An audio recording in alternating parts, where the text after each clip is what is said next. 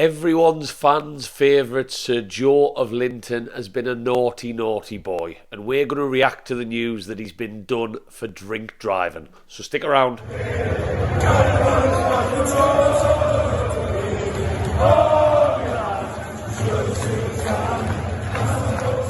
Welcome back to another video in the channel, Newcastle fans. If you are new here, you've just arrived here for the very first time, or if you're not, please drop down and give us one of them. That little thumbs up goes a very, very long way to getting us on that Newcastle algorithm and making these videos actually worth it. And it only takes a second of your time. And if you like my opinion by the end of this video, whack that subscribe. We are across all social media where I've just posted tonight, if I do say so myself, quite a funny video of Dan Burn appearing on Top of the Pops with Ultrabeat. So if you're at all curious, which I know you are, get over to Facebook, get over to Instagram, get over to Twitter and TikTok and follow Black and White Banter and check out my latest video. It's gone down pretty well and it's pretty funny if I do say so myself. So do that now. So just when we thought literally everything was rosy in the Newcastle garden, not a single bit of negative press could come out about our lovely football club, we get hit with the news that Joelinton, everyone's favourite Brazilian shithouse in midfield, has been unfortunately done for drink driving in the early hours of Thursday morning. Ah, joy, joy, joy, joy, joy. Disappointing. Joy, you silly, silly man. And I've done a scour on social media, as I always do, to kind of get a gauge of fans' reaction to this.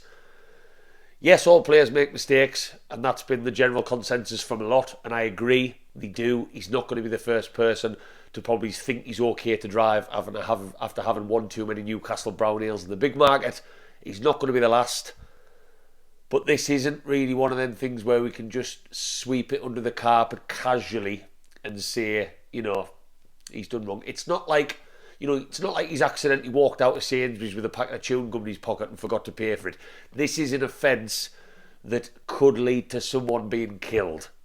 And I think that's the difference with this. I think a lot of people, in my opinion, have just taken too much of a casual sort of opinion on this when the news is broke today across Twitter and whatnot, saying like, we all make mistakes. This is a very costly mistake and one that I feel quite strongly about personally, if I'm being totally honest with you. I'm around it all the time. I've been around it many times with friends and friends and friends, casually getting in a car after having 4, 5, 6 drinks. I don't agree with it then. I'll always be that knobhead, that boring one, as I ridiculously have been called in the past for advising someone not to do it, trying to take the keys off them, all that sort of stuff. I don't care whether I sound like the most boring person in the room. If it saves that person's life, but it also serves somebody else's in the process, then I'm going to do it. So Joelinton has been a very silly man here. I mean, we don't know too much about how drunk he was. It's not like there's any social media footage emerged or anything like that. It was 1:20 in the morning, so you would assume that he wasn't sober, let's just say. I mean, I don't think I've ever been out till 1:20 and been, you know, just 2 pints deep, ready for the night to get started. I would assume they've obviously got a day off, maybe from training today. So obviously last night, Joey's decided to hit it hard, whether that's in the big market or the quayside, who knows? Maybe Jesmond. But this is a bad thing that he's done. And obviously no one's been hurt in the process of him getting in the car after one too many Jaeger bombs. But it's certainly not good. And what's interesting for me is I think Eddie Howe, I could be wrong on this, Eddie Howe seems a man of heavily built on principle and integrity. He will not be happy about this at all. Now, what causes another debate is will he be in the team on Sunday? Now, do I think Eddie Howe would leave him out of the team on Sunday? Yes, I do. You've done something very, very silly, very, very dangerous for you and other people. Not only are you going to be in bother with the police, I would imagine there's going to be some sort of bother within the football club as well. It's already been confirmed it's getting dealt with internally. So I wouldn't be surprised if Eddie Howe left him out. No, again, on social media, lots of Newcastle fans, oh, he's integral, he's integral to what we do. I get that. He is. Do I want to see Joelinton out of the team on Sunday? Of course I don't. He's been against Leicester on Wednesday, Tuesday, he was my man of the match. Absolutely fantastic. That's probably what he was celebrating.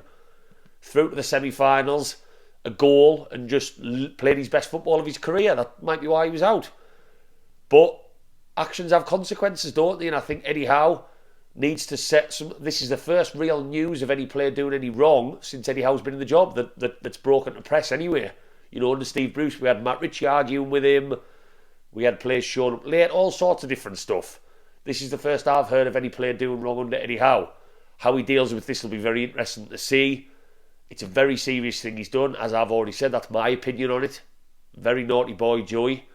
Yes, everyone makes mistakes, and I'm sure he'll never do this again. But will Eddie Howe take this one into his own hands with regards to the weekend? I think he will, but we'll have to wait and see. Sometimes just like a fine is done internally rather than actual football suspension. I don't know.